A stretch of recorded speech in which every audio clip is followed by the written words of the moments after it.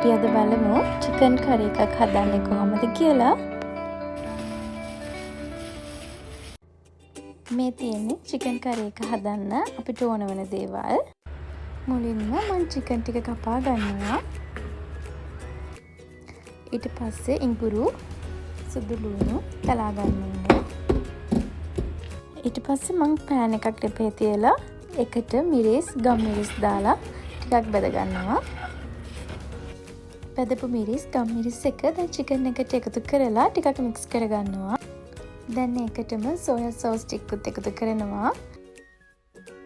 දැන් මේ එකතු කරගන්න තලාගත්ත ඉඟුරු, සුදු ලුණු එකත් එකතු කරලා හොඳට මම මික්ස් කරනවා. මේක හොඳට මික්ස් කරලා විනාඩි 15ක් විතර මම සීසන් වෙන්න වහලා තියෙනවා. දැන් මම පෑන් එකට තෙල් ටිකක් දාගන්නවා. ඒකට මම මිරිස්, ගම්මිරිස්, තුන පහ, ඒ වගේම මස් කරි පවුඩර් එකක් එකතු කරගන්නවා. ඊට පස්සේ ඒක හොඳට මික්ස් කරගන්න ඕනේ. මේකෙන් ඇත්තටම චිකන් එකට ලස්සන පාටක් වගේම රසයකුත් දෙනවා. ඊට පස්සේ මම ඒකට ඉඟුරු, සුදු ලුණු පේස්ට් එක එකතු කරගන්නවා. ඒ වගේම කරපිංච, ලුණු, ඒ වගේම මිරිස් එකතු කරලා ටිකක් ටෙම්පරාදු කරගන්න ඕනේ.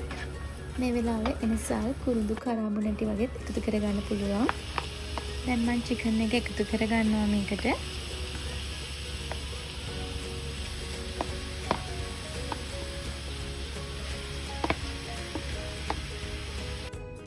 දැන් චිකන් එක ටික වෙලාවක් තෙල් එකේ හොඳට බැදෙන්න දෙන්න ඕනේ.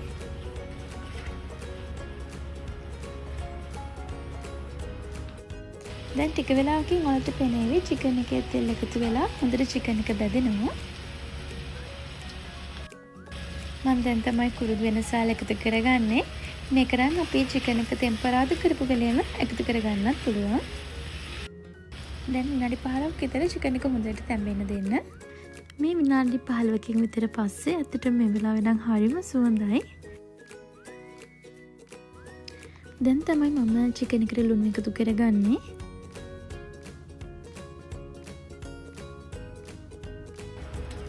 දැන් මම චිකන් එක හොඳට මික්ස් කරගන්නවා.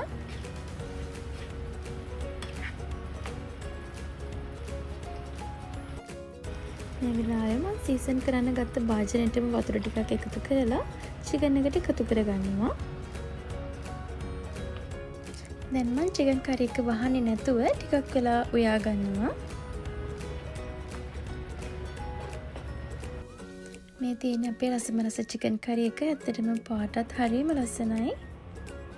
දැන් ඔයාලට රස බලලා මේ වෙලාවේ ලුණු එකතු කරගන්න පුළුවන්. ඊට පස්සේ මම ලිප් ඕෆ් කරලා විනාඩි 15ක් විතර වහලා තිබ්බා. ඉතින් මම මේ විදිහට තමයි චිකන් එක තෙල් පෑදෙන්න වගේම රසට හදාගන්නේ. ඔයාලත් try කරලා බලන්න. එහෙනම් ආයෙත් වීඩියෝ එකකින් හම්බෙමු. bye bye.